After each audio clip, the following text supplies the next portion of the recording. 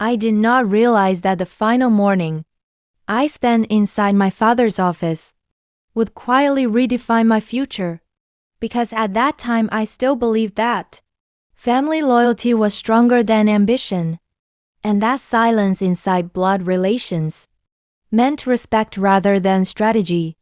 The office looked exactly the way it always had, filled with the familiar scent of polished wood, old paperwork, and strong coffee that had soaked into the walls over decades. And as I stood near the glass partition overlooking the loading docks, an unexplainable heaviness settled in my chest, as if something important was being taken while I was still standing inside it. My father had built this business from nothing long before my uncle ever showed interest in it, starting with a single rented warehouse in Pennsylvania and slowly growing it into a mid-sized logistics company that supported dozens of families. And throughout my life, I had watched him sacrifice weekends, health, and comfort to protect what he created. That belief collapsed the moment I saw my uncle standing behind my father's desk, flipping through files with a sense of ownership that felt deliberate rather than accidental, while my father sat across from him in a visitor chair, smaller and quieter than I had ever seen him before. Something was deeply wrong, and my body sensed it before my mind could fully accept it. My uncle looked up and smiled when he noticed me, but it was not the familiar family smile I had grown up with, as it carried calculation rather than warmth. And in that moment I understood that whatever was happening had been carefully planned without my presence or consent.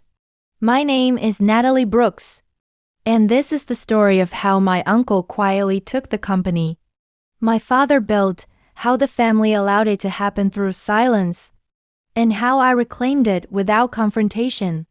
Because the most powerful revenge does not announce itself, it waits.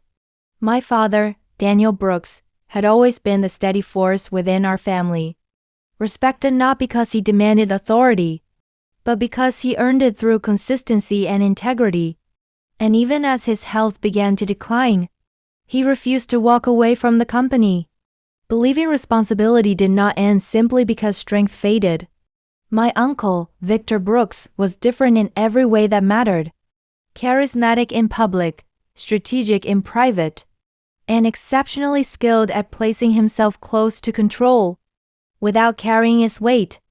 And although he often spoke about protecting family interests, his eyes always calculated opportunity before loyalty.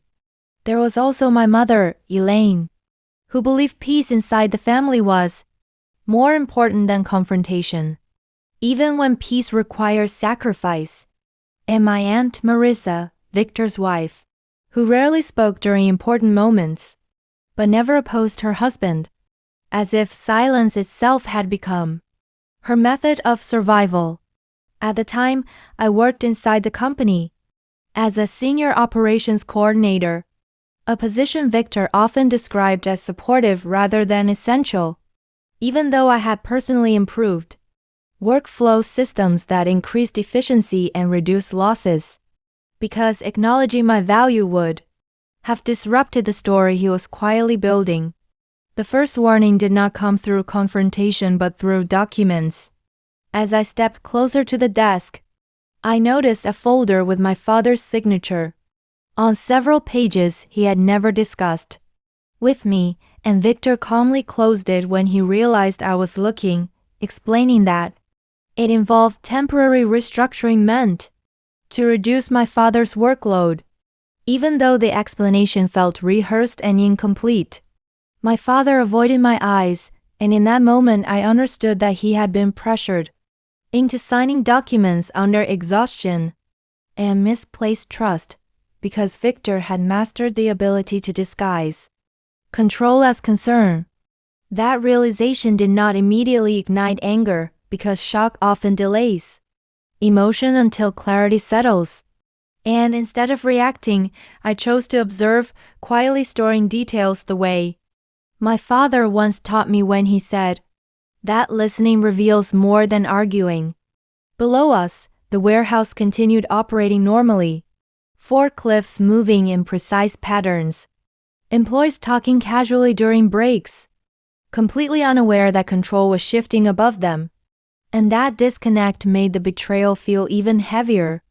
That afternoon, Victor called a brief meeting with department managers, positioning himself as a temporary stabilizing presence meant to guide the company, while my father focused on recovery.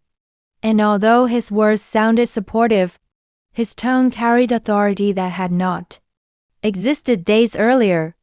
No one openly questioned the shift, because uncertainty spreads faster than truth, and when authority enters quietly, people often accept it to protect their own stability, especially inside a family business where loyalty and livelihood become inseparable.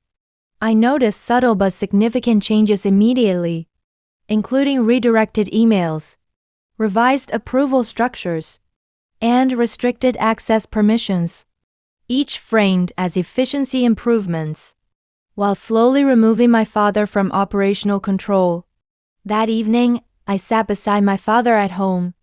As his breathing struggled to remain steady, his medication arranged carefully on the table like reminders of vulnerability. And although I wanted to ask him why he trusted Victor so easily, I remained silent because I could see the regret already weighing on him. Instead, I asked him if he was tired, and he nodded slowly, explaining that Victor promised everything would be handled responsibly, that family would protect what he built. And hearing those words felt like watching trust dissolve without resistance. I did not challenge him because confronting someone already stripped of control only deepens their pain, and in that moment, I made a promise to myself rather than aloud. Over the following weeks, the takeover became more visible. Victor attended meetings my father once led, placing himself confidently at the center of discussions without formally announcing the shift, while Marissa coordinated quietly with accounting and legal departments, ensuring financial oversight flowed through their hands first. I remained deliberately calm, performing my role professionally, responding without resistance and absorbing information without reaction, because revealing awareness too early would alert Victor to a threat he had not yet considered. What hurt most was watching my father slowly recognize that decisions were being made without him, that employees he trusted now reported elsewhere, and that the company he built was slipping away while he was still present to witness it. Family gatherings grew tense, filled with forced positivity and vague updates about future growth, and Victor often spoke confidently about expansion plans using language that subtly erased my father's vision, rewriting ownership through repetition. I noticed how relatives stayed quiet, how avoidance replaced support, and how fear of instability encouraged compliance, because betrayal rarely succeeds alone, it depends on silence. One night, standing alone in my childhood bedroom, surrounded by old photographs of my father smiling beside delivery trucks and warehouse doors, I made a decision that would quietly shape everything that followed. I decided not to fight loudly. I decided not to confront anyone.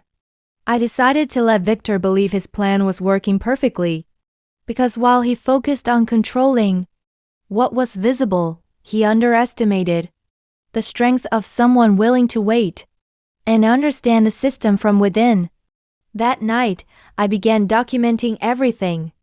I tracked access changes, archived emails, recorded financial irregularities, and quietly reconnected with long-term employees who still respected my father's name, listening without promising outcomes. I did not yet know how the revenge would unfold, but one truth settled inside me, with calm certainty rather than anger. My uncle had taken my father's business on paper, but paper can be rewritten, and silence, when used correctly, can dismantle the loudest confidence. By the time I fully accepted that Victor was no longer pretending to help, but actively ruling the company my father built, the damage had already reached a point where anger alone would have been useless because control had shifted quietly, and legality had been wrapped carefully around every decision. What disturbed me most was not how fast he moved, but how comfortable everyone else became with the new arrangement, as if familiarity with my father's leadership could be erased simply by repetition and authority spoken in a confident voice. Inside the company, Victor began acting less like a temporary guardian and more like a permanent figure, introducing subtle changes that reshaped loyalty without announcing intention. And I noticed how managers adjusted their tone when speaking to him, measuring every word as if the hierarchy had always been this way. Emails that once included my father automatically now excluded him. Financial summaries were delivered directly to Victor's private inbox, and meetings were scheduled during my father's medical appointments, ensuring his absence without openly barring him. And each small shift tightened the structure Victor was building around himself. I stayed quiet, not because I was unaware, but because reacting would have revealed fear rather than strength. And I understood that the person who panics first loses leverage inside systems built on paperwork and procedure. My role inside operations became more isolated, not through direct confrontation, but through reclassification. As Victor reframed my responsibilities during a leadership call by describing my position as support-focused rather than decision-driven, and no one corrected him because titles are powerful when spoken confidently. What they did not realize was that operational support had always given me access to the deepest layers of the company, including vendor contracts, logistics records, internal audits, and performance data. And I continued performing my work with consistency while quietly expanding my understanding of where the vulnerabilities were forming. At home, the atmosphere changed in ways that were harder to document. My father became quieter, retreating into himself as the realization settled that the company he poured his life into no longer responded to his presence. And although he never spoke directly about betrayal, I could see it in the way he avoided business conversations and stared longer at old photographs. My mother encouraged patience, repeating that Victor was family, and that conflict would only worsen my father's health. And while I understood her fear, I also recognized how easily peace could become a tool used against those who valued harmony more than justice. Family dinners grew tense, filled with controlled optimism and careful language, and Victor often dominated conversations with updates about operational growth and strategic direction, speaking as if ownership were already established fact rather than disputed reality. What unsettled me most was how often he used my father's name as justification, claiming decisions were made in his best interest, even as my father sat silently beside him, nodding without conviction. And watching that dynamic felt like witnessing authority being borrowed without permission. Behind the scenes, Victor moved faster. He initiated internal audits without informing my father, reassigned long-term supervisors who had personal loyalty to Daniel, and introduced external consultants who reported directly to him, all under the pretense of modernization and efficiency. None of these actions were illegal on their own, and that was the brilliance of his approach.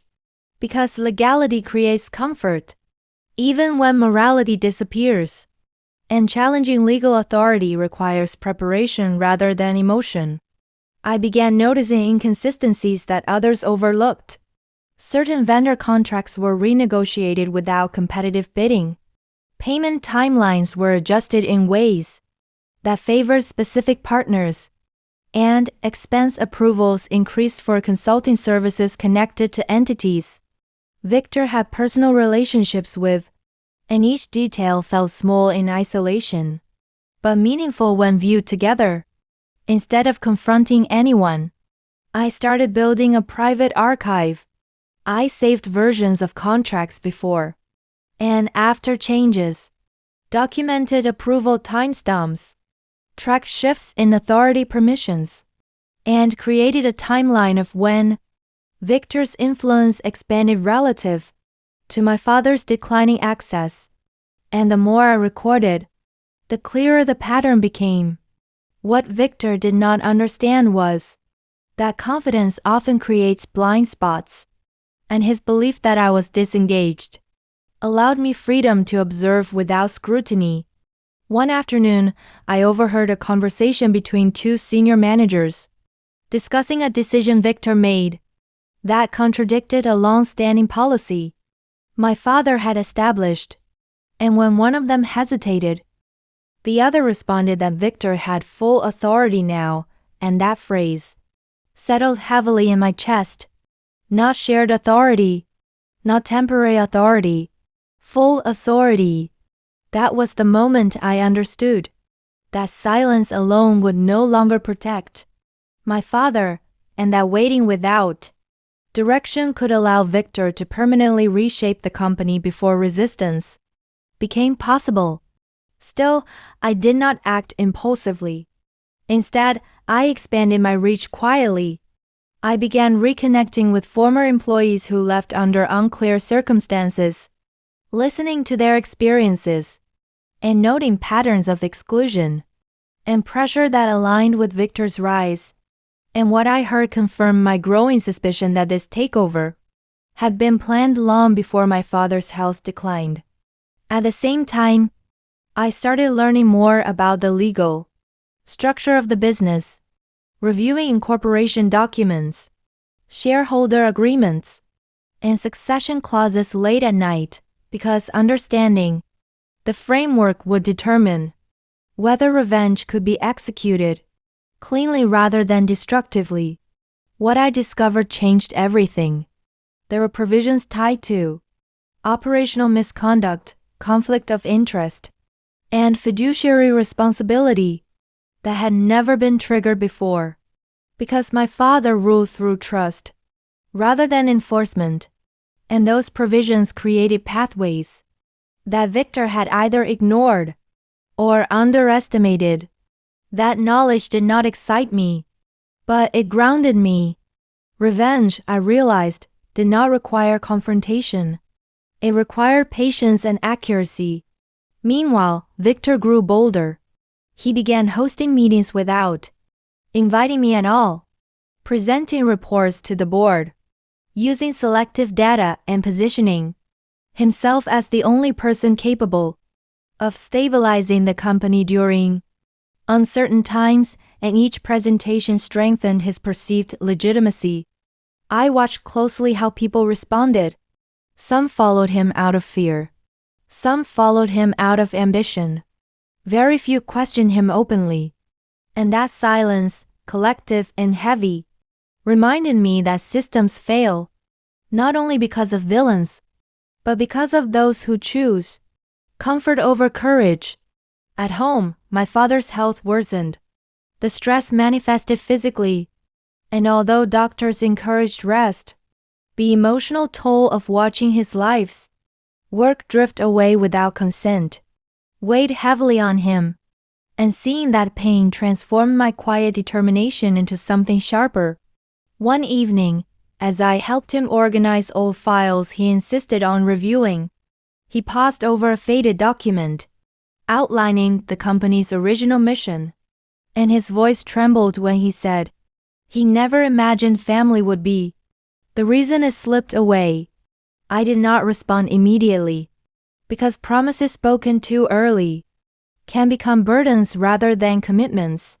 But inside something hardened.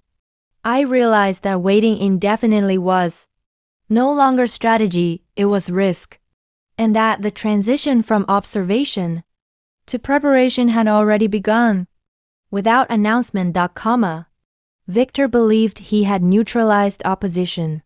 The family believed stability had returned. The company believed leadership had transitioned smoothly. But beneath that surface, my silence had changed. It was no longer passive. It was intentional. And for the first time since the takeover began, Victor's control was being mapped, measured, and quietly challenged in ways he could not yet see. Because while he was busy securing authority, in public, he had overlooked the person who knew where every system connected, where every rule bent, and where confidence could collapse under its own weight. And that oversight would soon cost him far more than he expected.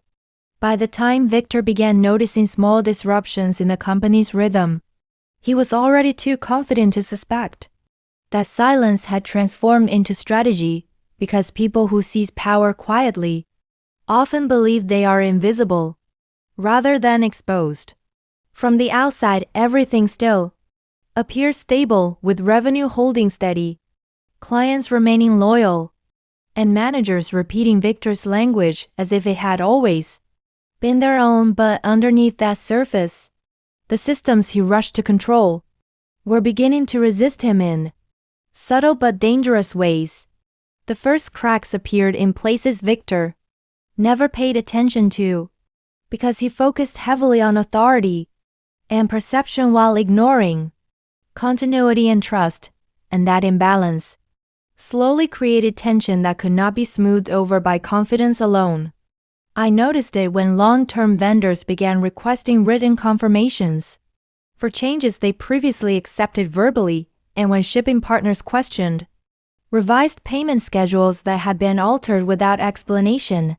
Because trust built over decades does not disappear quietly when it is disrupted, Victor responded to those concerns with pressure rather than clarity, insisting that authority had shifted and that adjustments were non-negotiable. And although those responses achieved short-term compliance, they also planted seeds of discomfort that I carefully noted and documented. Inside the company, managers who once worked seamlessly together began hesitating before executing instructions, unsure whether approvals would later be questioned. And that hesitation slowed processes Victor relied on to demonstrate efficiency. What he did not realize was that efficiency is fragile when fear replaces confidence, and systems built on anxiety eventually collapse under their own weight. At the same time, I continued building relationships Victor assumed were irrelevant. I checked in regularly with supervisors who had worked under my father for years, listening carefully to their frustrations without validating them openly, because shared anger can expose intention too early, and I needed trust more than agreement. Many of them felt conflicted rather than rebellious. They respected Victor's authority but questioned his priorities, especially when policies shifted abruptly without explanation or alignment with the company's original values. And those doubts lingered quietly, waiting for structure. I also deepened my review of internal records, comparing current operations with historical benchmarks, and the inconsistencies became clearer as I layered data across timelines, revealing patterns Victor believed were invisible. Certain consulting expenses had grown disproportionately. Vendor selection had narrowed without justification. Approval authority concentrated rapidly around Victor and Marissa.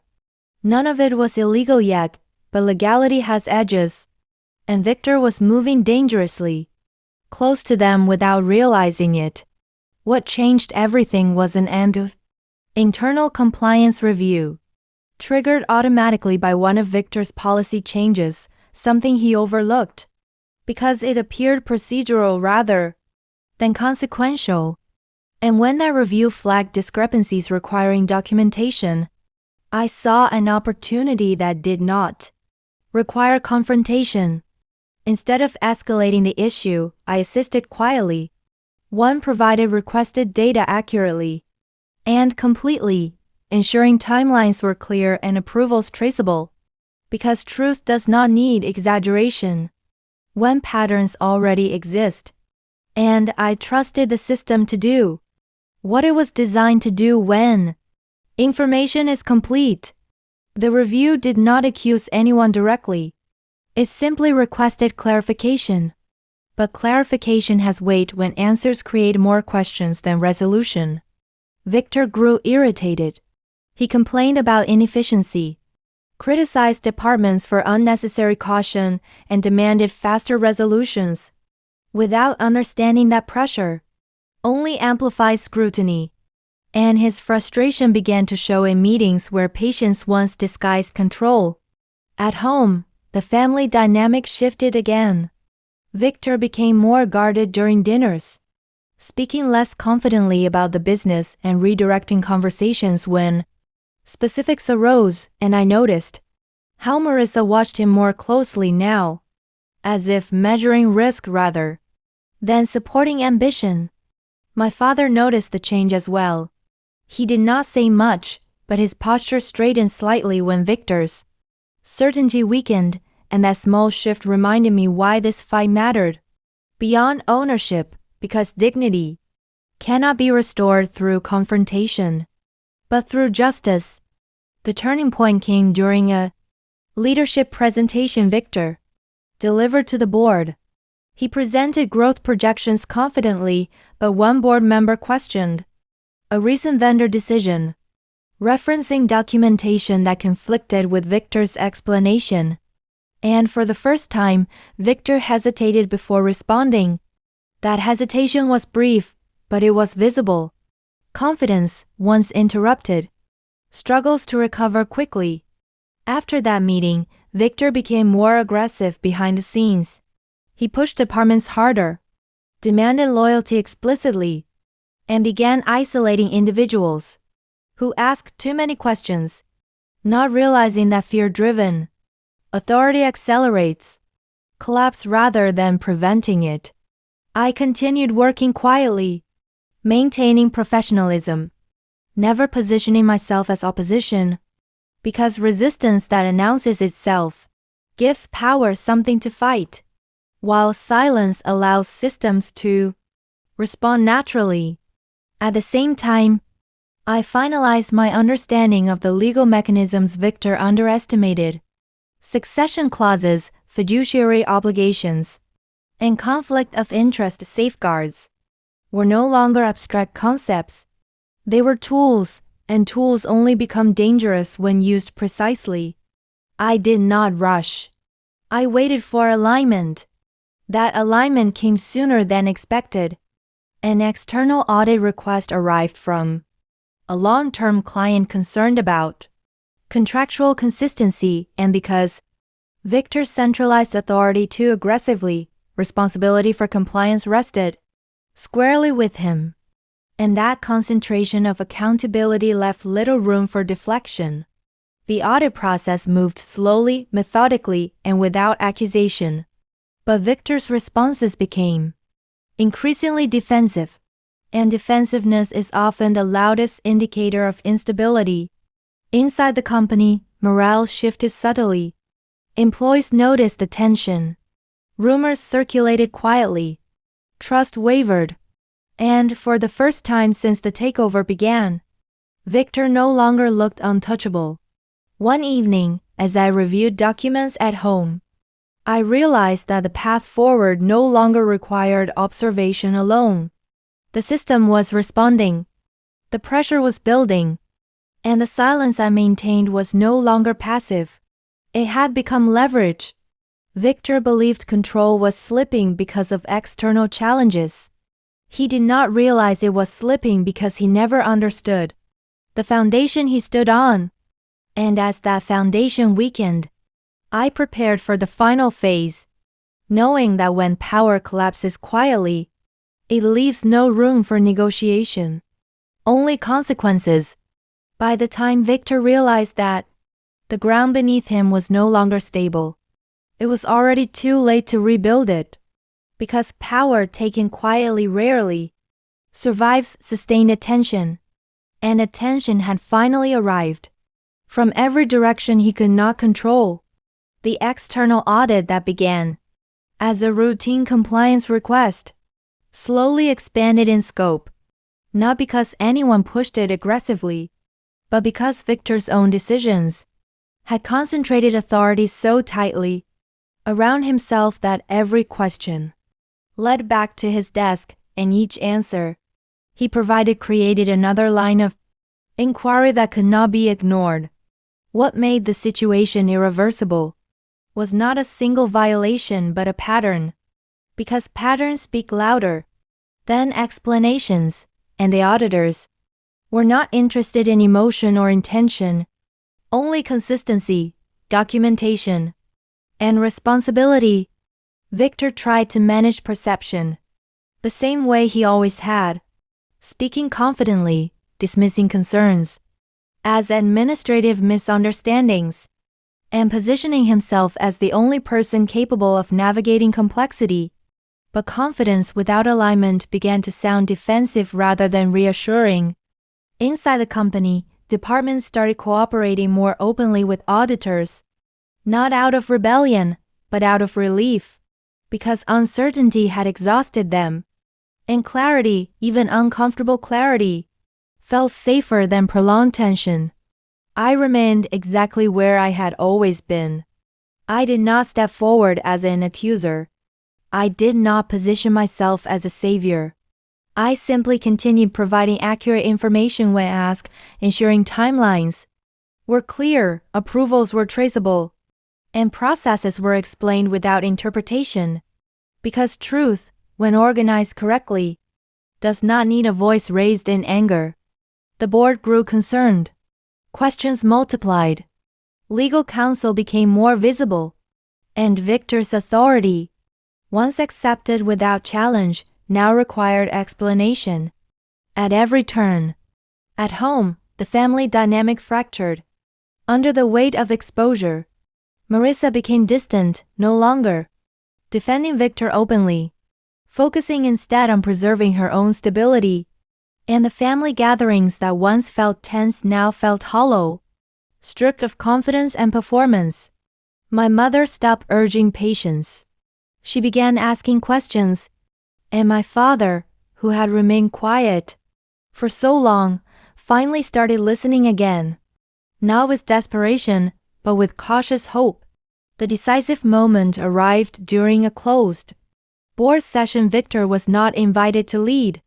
That exclusion alone spoke louder than any accusation, because authority is revealed not by titles but by who is asked to stay and who is asked to leave.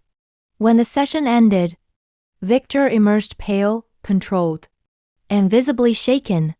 And although no announcement was made immediately, the shift was undeniable. Within days, Victor was formally removed from operational authority pending investigation. Access permissions were restored to my father. Financial controls were redistributed. Consulting contracts were suspended. And the company breathed again, slowly, cautiously, as if waking from a long period of tension. It could finally release. Victor tried to speak to me once. He approached quietly, not with anger, but with disbelief, asking how this had happened without anyone confronting him directly. And I looked at him calmly, understanding that explanations would give him dignity he no longer deserved. I did not argue. I did not accuse. I simply reminded him that systems remember everything, even when people choose not to. That was the last real conversation we had. The investigation concluded without spectacle. There were consequences, legal and financial. But what mattered more was the clarity it restored, because the business returned to the principles my father built it on, not through revenge that humiliated publicly, but through justice that corrected quietly. My father resumed his role slowly, supported rather than overwhelmed. And for the first time in months, I saw peace return to his expression, not because he had won, but because what was taken had been returned without compromise. Victor left the company entirely. Not escorted, not announced, just absent. And absence, I learned, is sometimes the loudest outcome of betrayal. The family adjusted, awkwardly and unevenly. But truth has a way of resetting relationships whether people are ready or not. And those who stay silent during the takeover now understood the cost of comfort. As for me, I never claimed ownership publicly. I never demanded recognition. But inside the company, roles shifted naturally. Responsibility followed competence. Trust followed consistency. And I remained where I was most effective, protecting the structure rather than standing above it. The revenge was complete not because Victor suffered publicly, but because he lost what he tried to control: his authority, his credibility, and his illusion of invisibility. Silence had taken everything back, and it did so without breaking a single rule. Power taken through manipulation cannot survive transparency, and patience guided by clarity will always outlast ambition driven by ego. If someone quietly took what your family built, would you confront them immediately? Or would you wait until the system itself demanded justice?